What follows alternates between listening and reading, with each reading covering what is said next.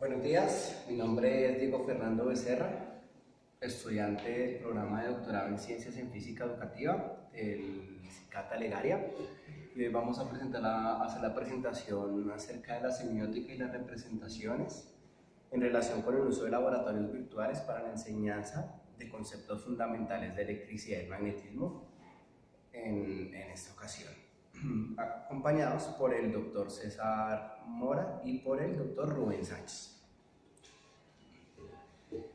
Inicialmente tenemos que el uso de laboratorios virtuales en la enseñanza de la física permite superar obstáculos en el aprendizaje, como es la falta de material de laboratorio para realizar prácticas reales, o simplemente nos sirven estos laboratorios virtuales como una forma para adaptarnos a una era más digital y de fomento en el aula del uso de las TIC. Aquí, particularmente en la Universidad Antonio Nariño de Colombia, se ha establecido de manera institucional el abordaje de temáticas de distintas asignaturas del Departamento de Física, pero utilizando laboratorios virtuales en aras de mejorar la comprensión de conceptos por parte de los estudiantes y permitir que los estudiantes tengan una visualización de la correlación y comportamiento de variables de distintos fenómenos relacionados con la asignatura de electricidad y magnetismo. Bien, entonces encontramos que cuando los estudiantes trabajan con laboratorios virtuales y llevamos conceptos o reforzamos conceptos en el aula por medio de laboratorios virtuales, encontramos que ellos están trabajando no con objetos reales, sino con representaciones de los mismos, con representaciones de electrones, de bobinas, de cables y de conectores, etcétera, etcétera. Entonces vimos importante mirar cómo es esto de la semiótica y las representaciones en nuestro trabajo. Entonces, vista desde las ciencias cognitivas, las representaciones son consideradas como una noción, un signo o un conjunto de símbolos que significan o representan algo del mundo exterior, por ejemplo, la naturaleza.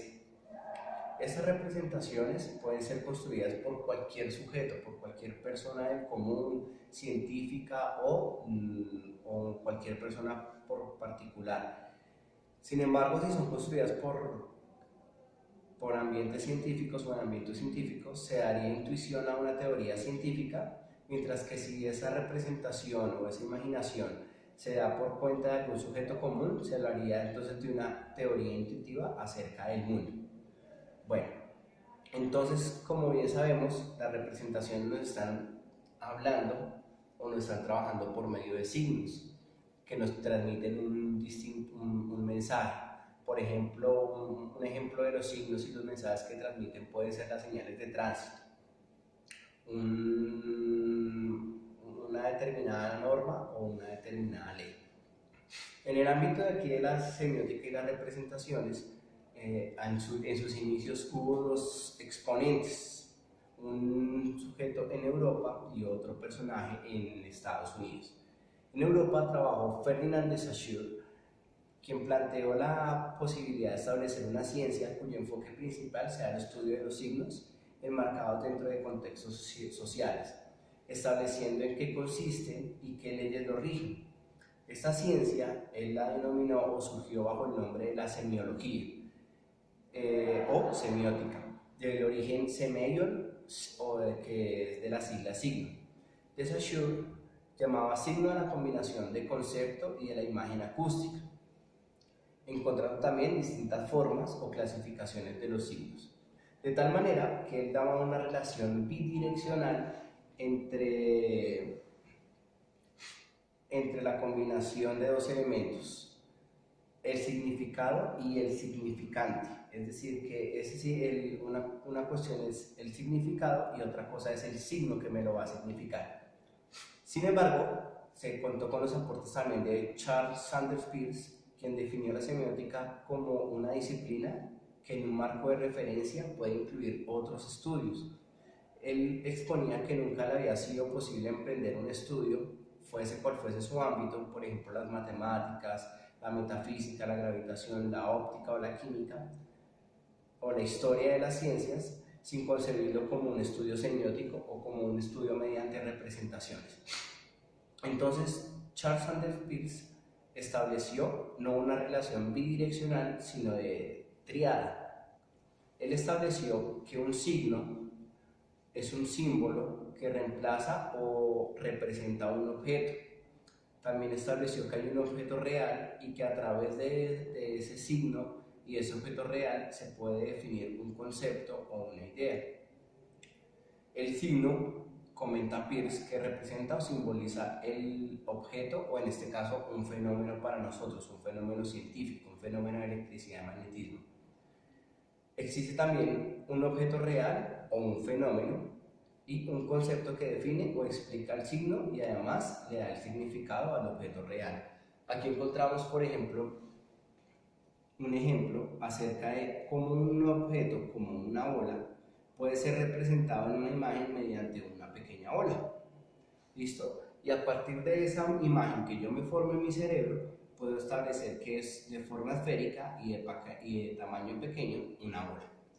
Es un ejemplo de lo que se considera o se conoce como el triángulo semiótico, quien relaciona tres variables como lo son el objeto, el signo y el concepto que se quiere llevar. Encontramos aquí otros dos tipos de triángulos semióticos, en el cual vemos que, por ejemplo, hay un signo, una relación triádica,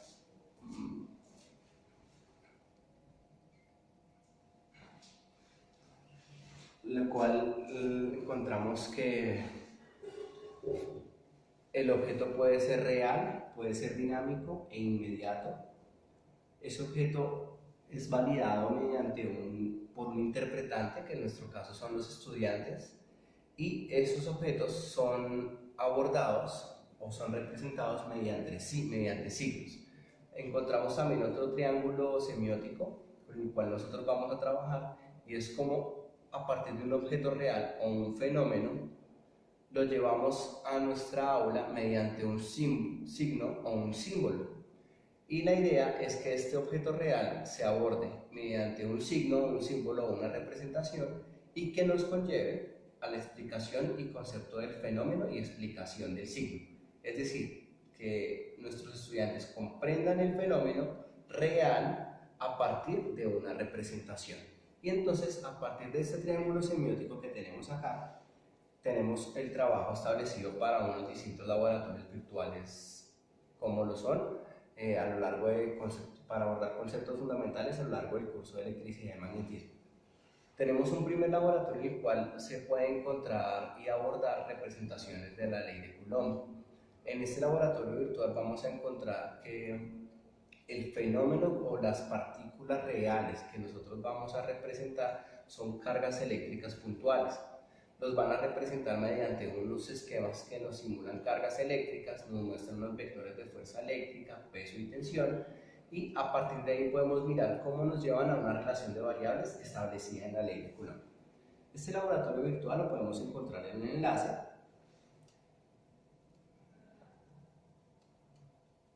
Y en él encontramos el siguiente esquema. Encontramos cómo nos representa mediante unas distintas cargas.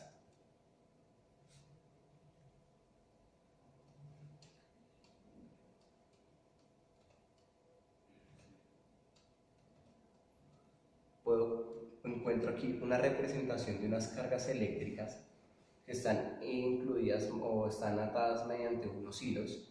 En la simulación me muestra la distancia del punto de equilibrio a una de las esferas, el ángulo, y aquí me permite validar o variar las cargas eléctricas, la magnitud de la carga y la magnitud de la masa de cada una. La simulación me muestra unos vectores de peso, tensión y fuerza eléctrica. Y entonces, a partir de esta simulación que nosotros encontramos acá y que podemos explorar, encontramos entonces que se puede representar mediante cargas eléctricas puntuales, vectores de fuerza eléctrica, peso y tensión, y permite una correlación de variables. ¿A qué correlación de variables nos podemos permitir? Por ejemplo, si nos fijamos aquí en la fuerza eléctrica, que es lo que nos interesaría analizar en la ley de Coulomb, yo puedo mirar que esa fuerza eléctrica disminuye si yo disminuyo la magnitud de la carga. En este caso puedo variar las magnitudes de las cargas entre los 50 y los 350 nanocoulombs. Entre mayor sea la magnitud de la carga, mayor va a ser la fuerza eléctrica entre esas dos partículas.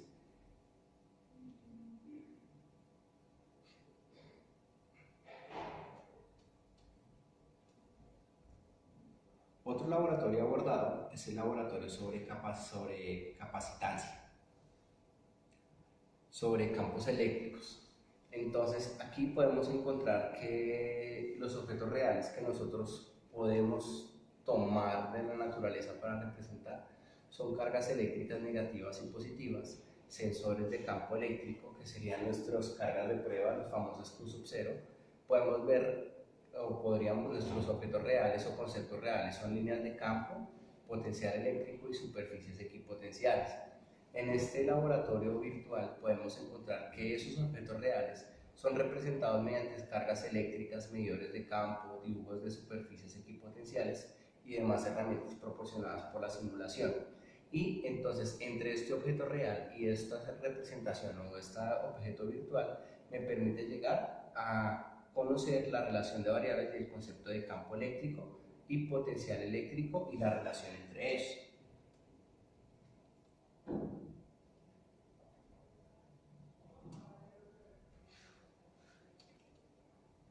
Podemos dar clic en la liga y encontramos que nos va a remitir hacia nuestro laboratorio de cargas y campos. Sin embargo, voy a buscarlo acá un poco más rápido.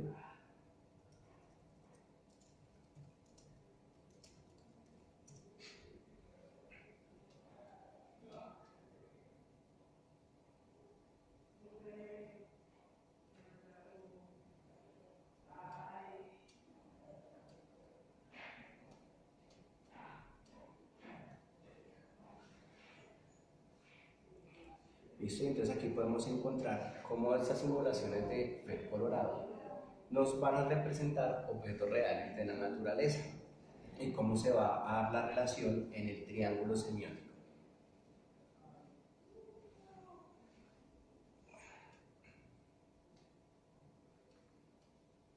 Okay, bueno, mientras carga esa, podemos analizar un tercer laboratorio que trabajamos aquí en la Universidad Antonio Nariño, que es sobre capacitancia.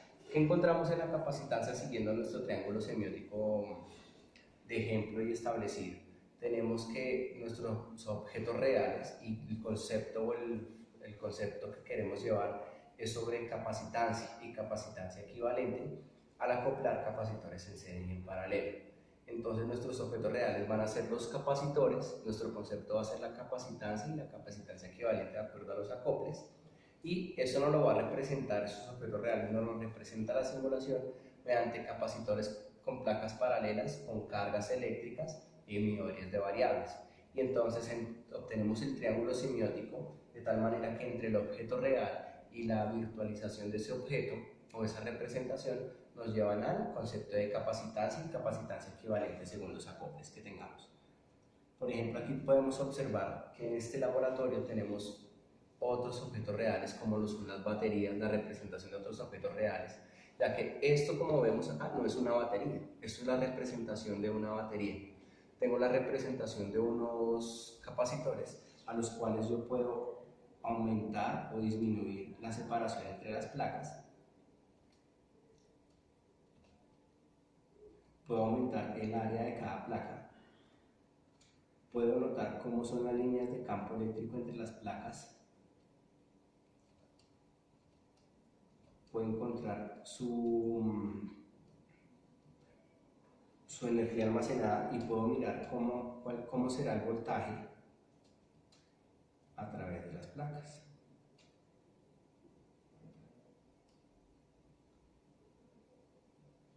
Puedo detectar un campo eléctrico y todas estas serían las representaciones de objetos reales, un voltímetro, un medidor de campo eléctrico y cómo podría encontrar esas líneas de campo eléctrico. Asimismo, pues cuando tengo los acoples, puedo acoplar dos en serie y uno en paralelo y puedo tomar mis mediciones y podría mirar cómo varía la energía almacenada, por ejemplo, si yo aumento o disminuyo el área de las placas. Podría mirar y hacer la correlación de variables si aumento o disminuyo la separación entre las placas. Y entonces encontramos que a través de estas relaciones podríamos encontrar justamente una relación entre el estudio de la semiótica, el estudio de los signos, el estudio de las representaciones y los laboratorios virtuales que nosotros llevamos al aula a lo largo del curso de electricidad y magnetismo. Por ejemplo, retomando el laboratorio sobre cargas y campos, encontramos que nuestros objetos reales serían partículas con carga, que son representados acá mediante estas partículas en nanocoulombs. Aquí podría encontrar cómo la intensidad del campo eléctrico aumenta a medida que yo aumento el valor de las cargas. Y podría ver esa intensidad en términos de representaciones. Asimismo podría aquí tener un medidor de voltaje y de dibujo de superficies equipotenciales.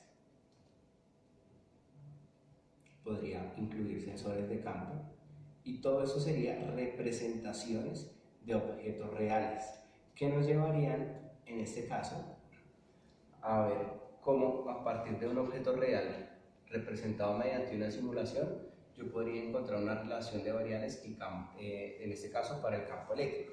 Por ejemplo, fijémonos cómo podríamos en esta representación notar que a medida que yo acerco el sensor de campo, la intensidad del campo eléctrico aumenta, pero si yo me alejo, la intensidad del campo eléctrico disminuye. Asimismo podría vincular dipolos eléctricos y analizar cómo son las líneas de campo eléctrico.